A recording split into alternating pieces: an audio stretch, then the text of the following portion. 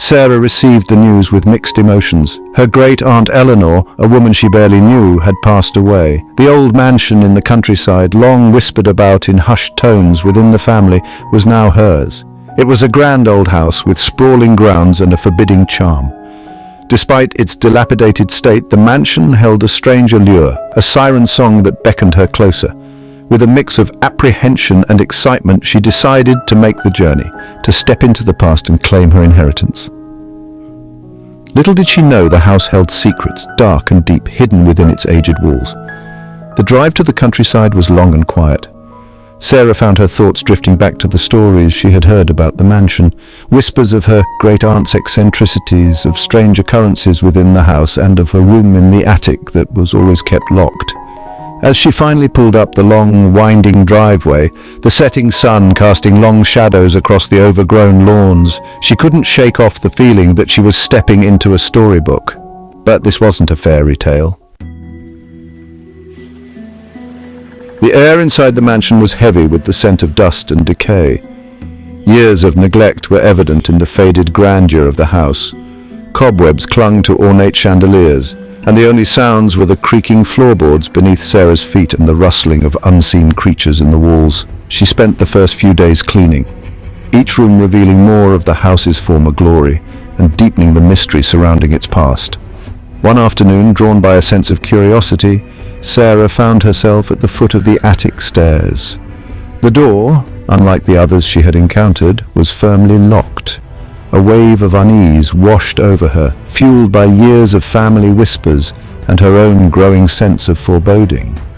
Determined to conquer the shadows of her imagination, she searched for the key. The old brass key lay hidden in a dusty drawer, cold and heavy in her hand. As she climbed the creaking steps, each step seemed to echo with an unspoken warning. The air in the attic was stifling, thick with the smell of decay and the weight of forgotten memories. And then she saw it. The sheet fell away at her touch, revealing the mirror in its entirety. The glass was clouded, its surface reflecting back a distorted image of the attic and a stranger staring back at her. Sarah's breath caught in her throat, a chill running down her spine. It wasn't just the dust and grime obscuring her reflection, but something more profound, something unsettling. Nights at the mansion were the hardest. Sleep offered little respite, plagued by vivid, disturbing dreams. The mirror was always present, a haunting centerpiece in a dreamscape of shifting shadows and whispered secrets. As the days turned into weeks, Sarah found herself drawn back to the attic, to the mirror that both fascinated and terrified her. Each time she looked into its depths, she felt a connection, a pull towards something dark and unknown. Fear warred with fascination, urging her to cover the mirror, to leave the attic locked and untouched. Strange occurrences started subtly. A book knocked off a shelf, the sound of footsteps echoing in the dead of night, the feeling of being watched from the shadows. Dismissing it as tricks of her imagination proved increasingly difficult. The house seemed to be coming alive, its silence broken by unexplained noises, its shadows deepening with each passing day. One evening, while Sarah sat reading in the living room, the lights flickered and died. Plunged into darkness, she felt a cold breath on her neck, a whisper of something unseen brushing past her ear. Panic surged through her, her heart pounding against her ribs like a trapped bird. Fumbling for her phone, she shone its light around the room but found nothing. The next day she discovered a crack running down the center of the attic mirror, as if something had struck it from the inside. Her reflection stared back, its expression unreadable, almost mocking. Fear turned to a chilling certainty. She was not alone in the house. Drawn by an invisible force, Sarah found herself at the foot of the attic stairs once more. The air hung heavy, thick with anticipation and dread. She could feel the pull of the mirror, urging her closer, promising answers to questions she wasn't sure she wanted to ask. Her hand, as if guided by an unseen hand, reached for the doorknob. The attic seemed to press in on her, the air close and suffocating. The lone window, boarded up and covered in grime, offered no solace from the darkness that clung to the corners of the room. The mirror, now cracked and menacing, called to her, its distorted reflection a beacon in the gloom. As Sarah stood before the mirror, its surface rippled, the distorted image of the room dissolving into a swirling vortex of shadows and light. She tried to turn away, to flee from the attic and the horrors it held, but her feet felt rooted to the spot.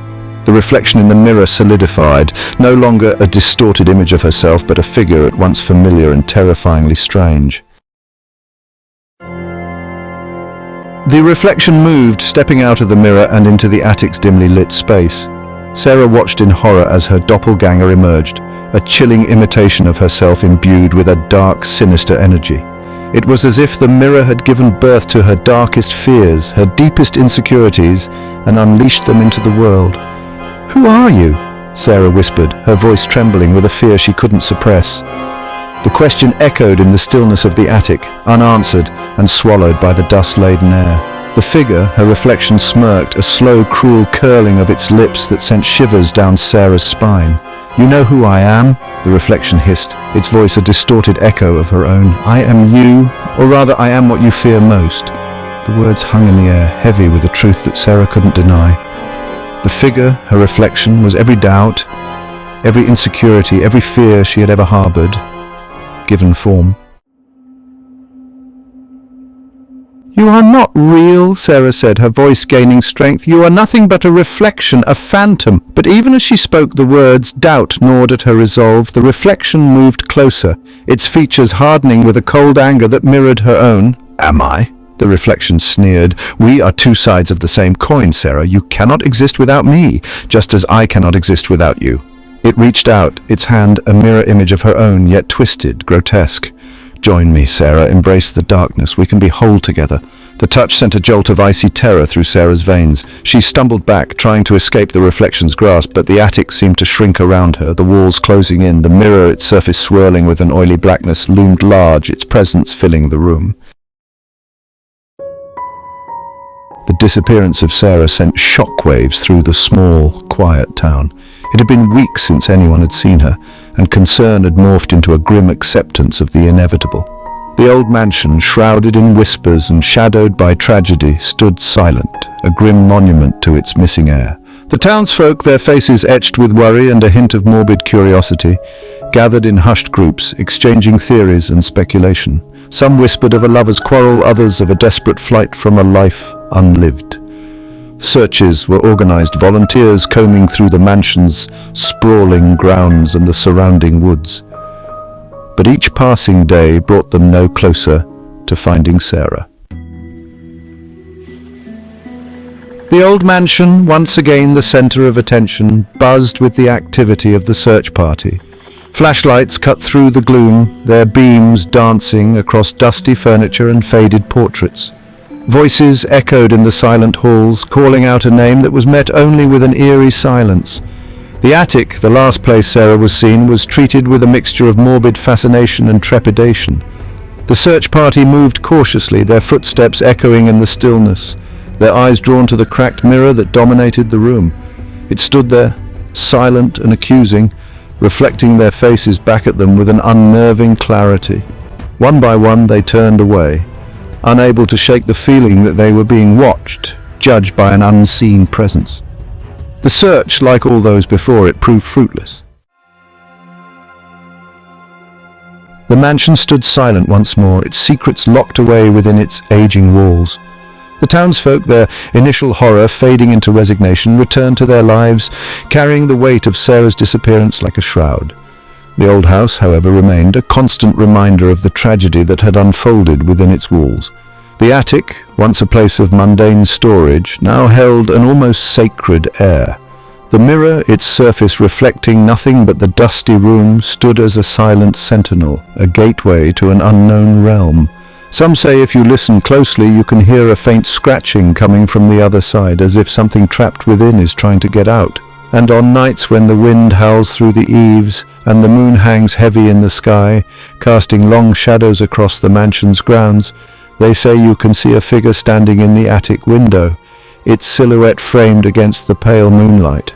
It stands there unmoving, its gaze fixed on the world outside, as if waiting, watching for its next victim.